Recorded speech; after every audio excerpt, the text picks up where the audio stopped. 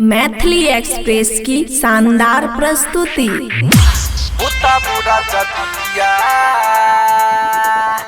हमरा लागै शरम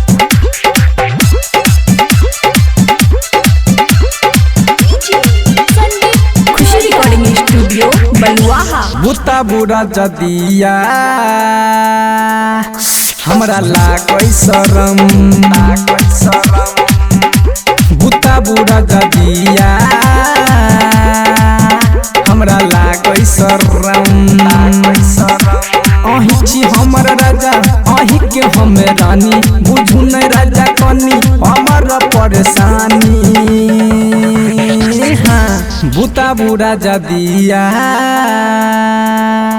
हमरा लागै शरम बुता बुरा जदिया हमरा लागै शरम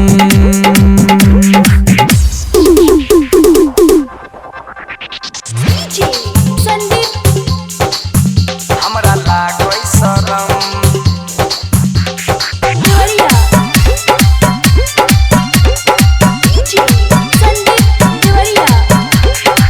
दूध के जैसन हमर गोरे गोरे गालियो चुसुन राजा हमर होठ लाले लालियो हाँ दूध के जैसन हमर गोरे गोरे गालियो चुसुन राजा हमर होठ लाले लालियो अहन गारू एक भकारू सैया लगा के मर बुता बुरा जदिया हमरा लागै शरम बुता बुरा जदिया हमरा लागै शरम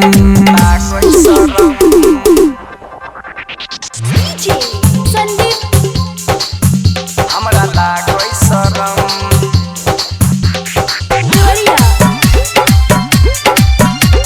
खुशी रिकॉर्डिंग स्टूडियो बलुआहा। बबुआ राहुल बेदर दितियायो धड़कैया धक धक हमार जियायो हाँ बबुआ राहुल बेदर दितियायो धड़कैया धक धक हमार जियायो लगे में आबू कोरा सुताबू मानू ने बात बोला बुता बुरा जदिया हमरा लागै शरम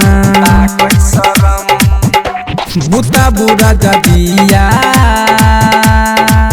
हमरा लागै शरम खुशी रिकॉर्डिंग स्टूडियो बलुआहा।